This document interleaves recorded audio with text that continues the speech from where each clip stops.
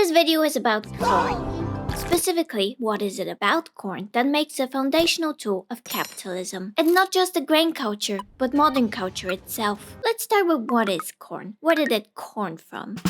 Corn is officially a cereal, although you wouldn't be entirely wrong calling it a fruit or vegetable. It was first domesticated in South America some 9,000 years ago. But unlike wheat or rice, which share many similarities with their wild relatives and give us clues as to what artificial selection they are the product of, the origins of corn baffled scientists for years. There was no such thing as wild corn, or so they thought, until came along Nobel Prize winner George Beadle, who ever since graduating Cornell University, literally graduated Cornell, kept one dream: to solve the mystery of corn. And mind you, he did not take the L on that. Ha ha ha. This is what cracked the puzzle. This is corn. Well, it's not, but at the DNA level, it is extremely similar to corn. It's a grass called teosinte, which can crossbreed with corn, and the resulting hybrids can go on to reproduce naturally. George Beadle studied those hybrids and discovered that only about 5 genes are responsible for the differences between corn and teosinte, which is a really good example of how minor changes to influential genes can produce rapid evolutionary changes. And we know the rest of the story. It's corn. Starchy, sweet, grits, fuel, syrup, pop it, steam it, turn it into fireworks, poop it out whole for some reason. Except there's more to it. A lot more to it. From the very beginning, corn was special. The Aztecs believed that corn was a gift from Quetzalcoatl, the feathered serpent, who battled the red ant, in ant form of course, for a kernel. He let all the other gods taste it, and since they liked it, he gave it to the humans who grew stronger when eating the corn. Now, it's true that corn is a humble crop compared to the luxuries the New World offered, such as tobacco, chocolate, vanilla, and of course coke.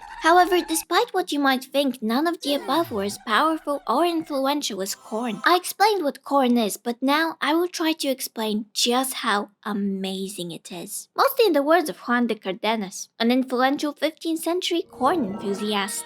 In hot, cold, dry, and wet climates, mountains or pastures, winter or summer, irrigated or dry farmed, corn will thrive without much labor involved. The husk keeps the grain from falling out as well as protects the ear from pests and moisture. The large surface area of the leaves allows them to absorb more sunlight, and the large root system draws water and nutrients from a wide area. All it requires is 120 frost-free days, and from one seed, you will get 200 back. That's already mad yield. But with the centuries, corn only got better. Between the 1950s and 1980s, worldwide corn production tripled, even though the total surface area devoted to corn cultivation increased by less than half. In 1982, in the United States, the biggest corn producer, the average yield was 3.2 tons per acre. And we can compare that to Japan's yield of 2.5 tons of rice and England's 2.8 tons of wheat. The numbers for corn are impressive, but not surprising considering how much effort was put into streamlining the plant. And I'm not just talking about hybrids and modern farms. I'm talking about this. This is how the indigenous people of Mesoamerica patched what is perhaps the single drawback of this miracle grain like 6,000 years before GMO was even a thing. Let me explain. The individual corn plants need more space than other grains. However, other cultivated plants can grow alongside corn as symbiotes. Squash, for example, doesn't compete with corn for resources and casts shades to stop weeds from growing and moisture from evaporating from the soil, while beans use corn stalks as trellis and in exchange provide nitrogen to the soil, which is an essential nutrient for corn. This combo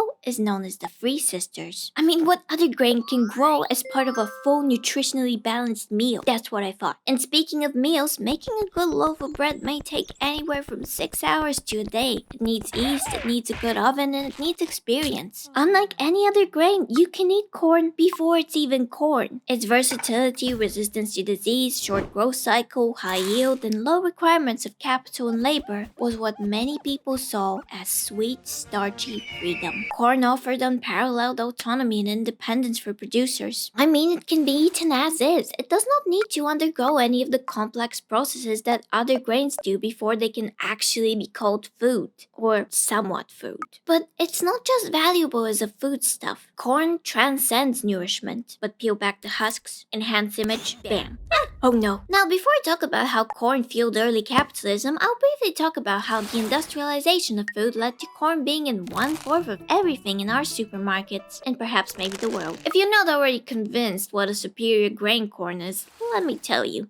we definitely won't see wheat or rice being used in the production of explosives, as an additive to water-based drilling fluids, as culture mediums for the production of antibiotics, industrial adhesives, and many others. But primarily, corn is meat. Yes, nearly half of the corn being produced today is made into animal feed. On average, 10 units of plant protein are needed to produce 1 unit of animal protein. Had it not been for the quick turnover, cost-effective and year-round corn, the cost of meat would be much higher. And more importantly, the same goes for the cost of labor. I'm not going to say the corn industry gave birth to capitalism, the good and the bad, but capitalism, much like the Aztecs, grew stronger by precisely suckling on the sweet teat kernel of corn. This grain was a sort of power-up that sped things up quite a bit, and like capitalism, corn had two sides. From the 15th century trade to its industrialization and commodification, corn provided many opportunities for some while enabling the exploitation of others. Corn was the bread of southern Europe's poor.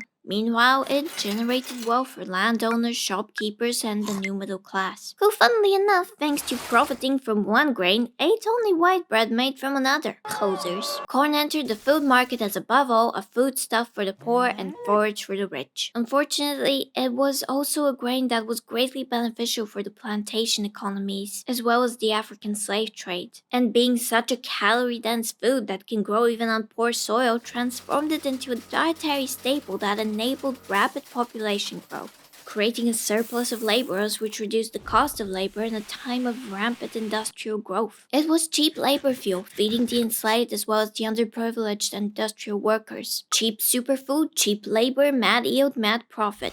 So was the role of corn in the West. Now, corn was such a great tool in the hands of capitalism that, funnily enough, it got the Soviets interested. Yes, corn literally brought a Soviet leader to America. For the first time in history, 1959, Khrushchev aka Kukuruznik came to Iowa to see what was up with US corn, since Russia had been neglecting agriculture and the blocks were starving. The Americans, of course, only enabled this because they wanted to flex how advanced the corn industry was, as well as mock the commies. And the Soviet grain envy goes even deeper, by the way. Again, during the Cold War, 1 bushel of grain cost about as much as 1 barrel of crude oil. However, in 1972, the Soviets, unsuccessful in their one attempt at corn, purchased 19 million tons of grain from the US, which caused the price of grain to double. So this event was amply dubbed the Great Grain Robbery. And the point of me telling you all this is, you think these guys control the economy? No, it's these guys. The communists and the pointless corn law endurers of the upper middle class. Get with it. There's always been this negative association of corn with poverty. But corn occupies more land than Alexander the Great, the Soviets, and McDonald's